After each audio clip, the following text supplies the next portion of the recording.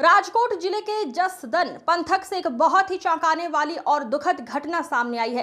जसदन से 4 किलोमीटर दूर बखलावत गांव में एलन सागर झील में नहाने गए 4 मासूम बच्चों की डूबने से मौत हो गई है। चारों बच्चों की चिताएं एक साथ जलाई गई, जिससे पूरे पंथक में शोक की लहर दौड़ गई और काफी हंगामा हुआ।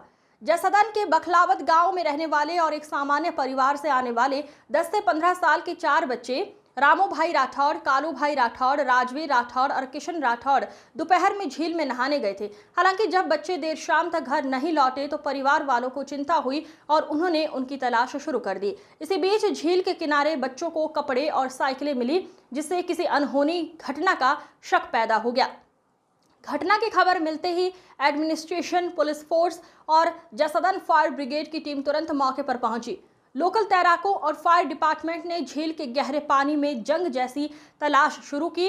काफी मशक्कत के बाद देर रात चारों बच्चों की लाशें पानी से बाहर निकाल ली गई। घटना की खबर मिलते ही राज्य के कैबिनेट मिनिस्टर और लोकल एमएलए कुंवर जी बावलिया ने गांधीनगर का अपना दौरा कैंसिल कर दिया और सीधे मौके पर पहुंचे और दुखी परिवारों को सांत्वना दी।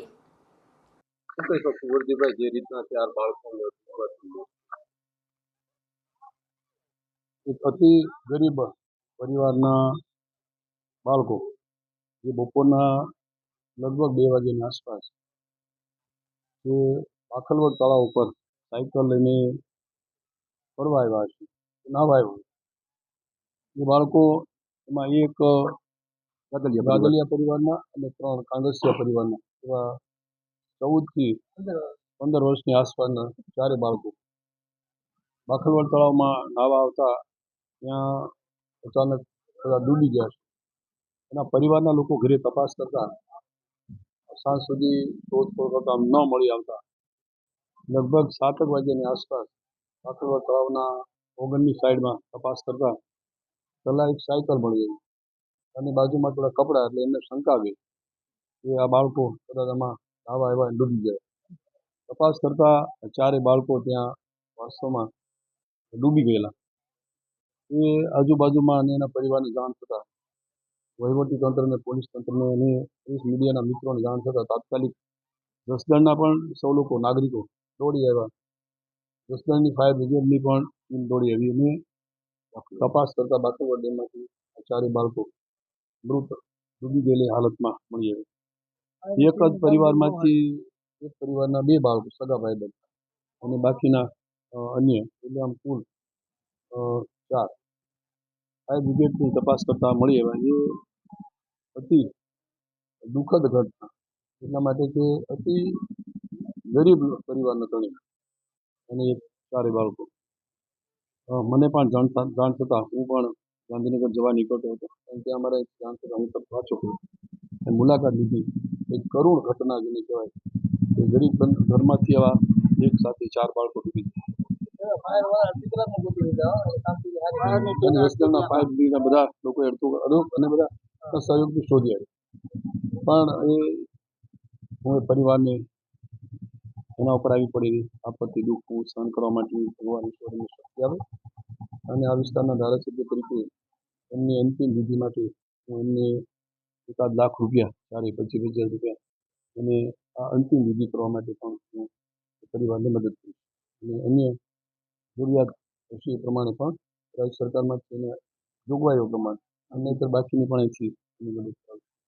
એમના આત્માને શાંતિ આપે અને પરિવારનો એના ઉપર આવી પડેલું દુઃખ સહન કરવા માટે ભગવાન એમને શક્તિ. 12-13 વર્ષનો છોકરો, કાળો નામ છે. મારું નામ ભરતભાઈ. શું બનાવ બન્યો? હવે બપોરે નાહવા ગયા હતા, 12:30 ખાવા 20 રૂપિયા લઈને ખાવા ગયો હતો. પછી ક્યાં ગાયબ થઈ ગયો ઈ જ ન ખબર પડી. તમને કઈ રીતના જાણ થઈ? પછી આ મોડી ખબર પડી. હામદભાઈ આવ્યા ત્યારે મને કે 4 છે નહીં, ત્યારે ખબર પડી. ના, એવું કઈ વસ્તુ નથી, એવું કોઈ વ્યસન નથી, કોઈ વસ્તુ નથી. ભણતા હતા કે નહીં? ભણતો તો છોકરો, એ 5મું ભણતો હતો. 5મું ભણતો. બીજા છોકરાઓ? મારા 2 તો ઈ 2 નોકરી કરે છે, 2 બીજા નોકરી કરે છે. આજે ડૂબી ગઈ જેમાંથી તમારે કોઈ સંતાન તમારું હતું? હવે કાંઈ ખબર નહીં સાહેબ. હા, એ છે તો ખરા જ ને. એમાં ઈ 4 ભેગા જ ગયા છે. છોકરાનું નામ શું છે? કાળો.